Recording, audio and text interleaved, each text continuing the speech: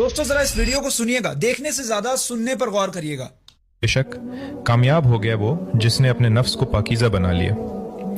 मैंने ये आयत पहली बार उस वक्त पढ़ी जब मैं खुद से थक चुका था, जब मुझे अपने ही नफ्स से शिकायत थी, जब बार बार तौबा करने के बावजूद मैं बार बार वही गलतियां कर रहा था, और जब मुझे लगने लगा था कि शायद मैं कभी वैसा नहीं बन सकूंगा जैसा बनना चाहता था।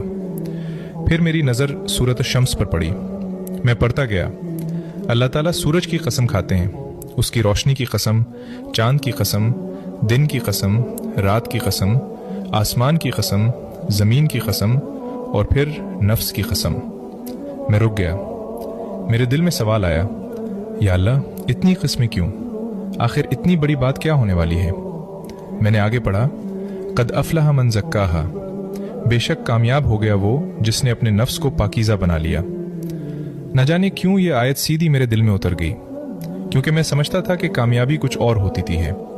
मैं समझता था कि कामयाबी वो है जब सब ठीक हो जाए, जब दुआएं कबूल हो जाएं, जब जिंदगी आसान हो जाए, जब दिल को वो सब मिल जाए जिसकी वो ख्वाहिश करता है।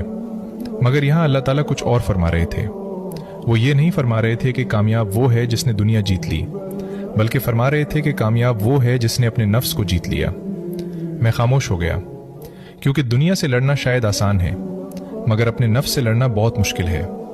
वो नफ्स जो हर बार गुनाह को खूबसूरत बना देता है, जो हर बार कहता है बस एक बार और, बस इतना तो चलता है, सभी तो करते हैं, और फिर इंसान आहिस्ता आहिस्ता अपने रब से दूर होने लगता है। मुझे पहली बार एहसास हुआ कि मेरी असल जंग लोगों से नहीं थी, हालात से नहीं थी, किस्मत से नहीं थी। मेरी असल जंग मेरे अपने नफ्स से थी। वो नफ्स जो कभी तकब्बुर करता है, कभी हसद करता है, कभी नाराज होता है, कभी ख्वाहिशात के पीछे भागता है, और कभी अल्लाह को भूल जाता है। फिर मैंने अगली आयत पढ़ी, वक़द ख़ाब मन दस्साहा, और नामुराद हो गया वो जिसने अपने नफ्स को आलूदा कर लिया। यहाँ आकर मुझे लगा जैसे अल्लाह ताला कामयाबी और नाकामी की बिल्कुल नई तारीफ दे रहे हों, क्योंकि मुमकिन है दुनिया की नज़र में कोई बहुत कामयाब हो मगर अपने नफ्स से हार चुका हो, और मुमकिन है दुनिया की नज़र में कोई आम इंसान हो मगर अल्लाह ताला के नज़दीक कामयाब हो, क्योंकि वो हर रोज़ अपने नफ्स के खिलाफ जिहाद कर रहा होता है। तब मैंने समझा कि साले बनना एक मंजिल नहीं, ये हर रोज़ का इंतखाब है। हर रोज़ अपने नफ्स के मुकाबिल खड़े होने का नाम है, हर रोज़ अल्लाह को चुनने का नाम है, हर रोज़ गिरकर दोबारा उठने का नाम है।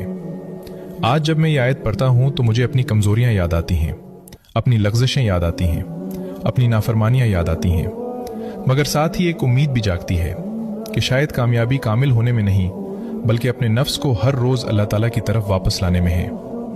मैं अभी मुकम्मल पाक नहीं हुआ, मैं अभी भी लड़ रहा हूँ, अभी भी गिरता हूँ, अभी भी संभलता हूँ, मगर अब मुझे मालूम है कि असल कामयाबी दुनिया को जीतना नहीं, अपने नफ्स को अल्लाह के सामने झुका देना है।